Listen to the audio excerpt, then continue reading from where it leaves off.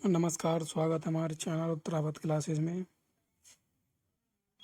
आज EVS second lesson के बारे में चर्चा करेंगे।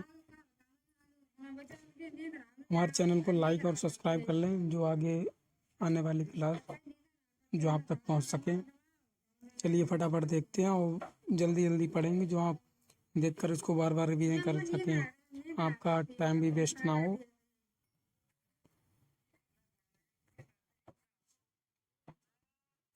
तुम्हें जानकर हैरानी होगी कि मैं ऐसा कुछ कर सकता हूँ जो तुम में से शायद ही कोई कर सकता हो। जानते हो क्या?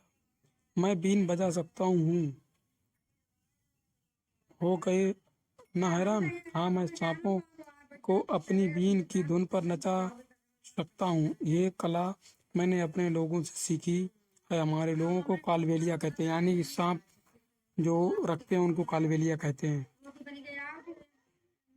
मेरे दादा रेशम रोशन नाथ जी हमारी जाति में बहुत मशहूर थे। वे बहुत आसानी से खतरनाक और जहरीले सांपों को पकड़ लेते थे। वे मुझे कई बार अपने बीते दिनों के किस्से अभी भी सुनाते हैं। आओ तुम भी सुनो उनकी कहानी, उन्हीं की जुबानी।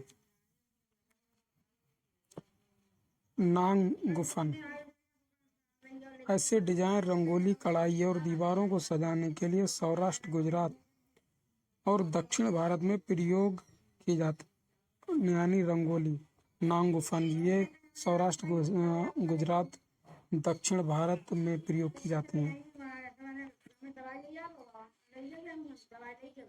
शिक्षक संकेत किस्से की शुरुआत करने से पहले बच्चों के सांपों से जुड़े अनुभवों पर बात करने से किस्सा और दिलचस्प बनाया जा सकता है। यानी कि बच्चों को कहानी और सांपों से जुड़े अनुभवों से अगर बात करें तो उनका मन लगा रहेगा पढ़ने में, ये कहना चाहते हैं पेडागोजी का।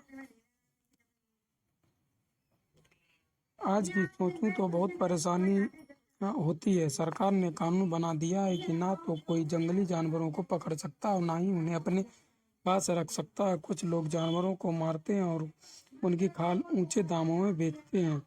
इसीलिए ऐसा कानून बनाया गया, पर ऐसे कानून बनाने से हमारी रोजी रोटी का क्या होगा?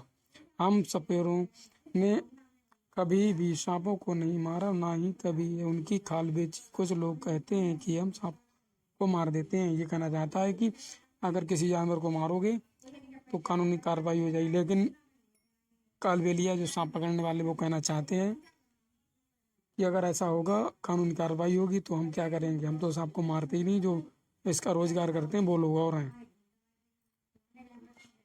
शिक्षक संकेत अगर मुमकिन हो तो चित्रों की सहायता से बच्चों को सांप के डसने वाले दांत, जहर की थैली और उसे निकालने के तरीके के बारे में बताया जा सकता है। आर्यनाथ, तुम्हें अपने लिए अलग तरह की जिंदगी सोचनी पड़ेगी। तुम भी अपने पिताजी तरह बीन बजाने में माहिर हो। तुम अपने साथियों के साथ मिलकर एक बीन पार्टी बनाकर लोगों का मनोरंजन कर सकते हो, पर तुम पीढ़ियों से मिले सांपों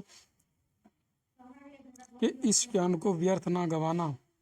यानी कि कहना चाहते हैं कि अपनी पीढ़ी से जो ज्ञान मिला है आपको अनुवांशिकता से, उसको व्यर्थ मत गवाना। बीन पार्टी के बाजू बीन, तुम्बा, खंजरी और ढोल। ढोल के अलावा बाकी तीनों वाद्य सूखी लौकी से बनाए जाते हैं। यानी कि जो बीन, तुम्बा, खंजरी और ढोल है, ये सूखी लौकी से बनाए जाते हैं। ये कहना चाहता है, ये पॉइंट नोट करने लायक है, नोट कर लिया जाए।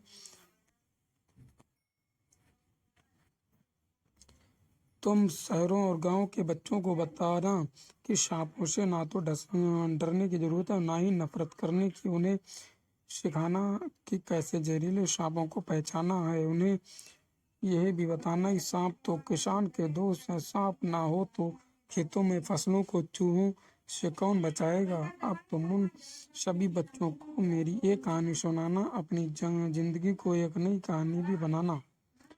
अपने पोते पोती को सुनने के लिए। यानी कालबेलिया नाच की एक मुद्रा है कालबेलिया।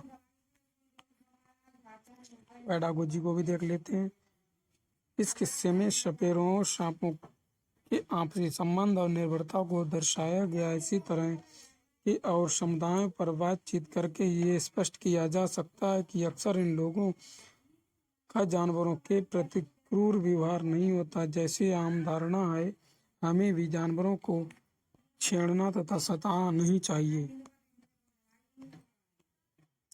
क्या तुम जानते हो सांप की कितनी प्रजाति? हमारे देश में पाए जाने वाले सांपों में से केवल 4 तरह के सांप ही जहरीले होते हैं। नाग, करैत, दुबैया, अफाई। सांप जब किसी को काटता है तो उसके 2 खोखले जहर वाले दांतों से उस व्यक्ति के शरीर में जहर चला जाता है। इस जहर से बचने का एक ही उपाय है कि जिस व्यक्ति को सांप ने काटा है उसे तुरंत जहर के असर को खत्म करने वाली दवाई सीरम दी जाती है। यानी कि सांप को डसने से बचने के लिए सीरम दवाई का प्रयोग किया जाता है। सीरम सांप के जहर से ही बनाया जाता है। नोट करने वाली बात। और अभी सरकारी स्वास्थ्य केंद्रों में मिलता है। नाग, दुबैया, करैत, अफाई। चलिए दोस्तों, ये दूसरा लेसन समाप्त हुआ और हमारी क्लास को लाइक और सब्सक्राइब कर लें, जो आपको आने वाली क्लास के बारे में अपडेट मिलता रहेगा। थैंक यू दोस्तों, नमस्कार।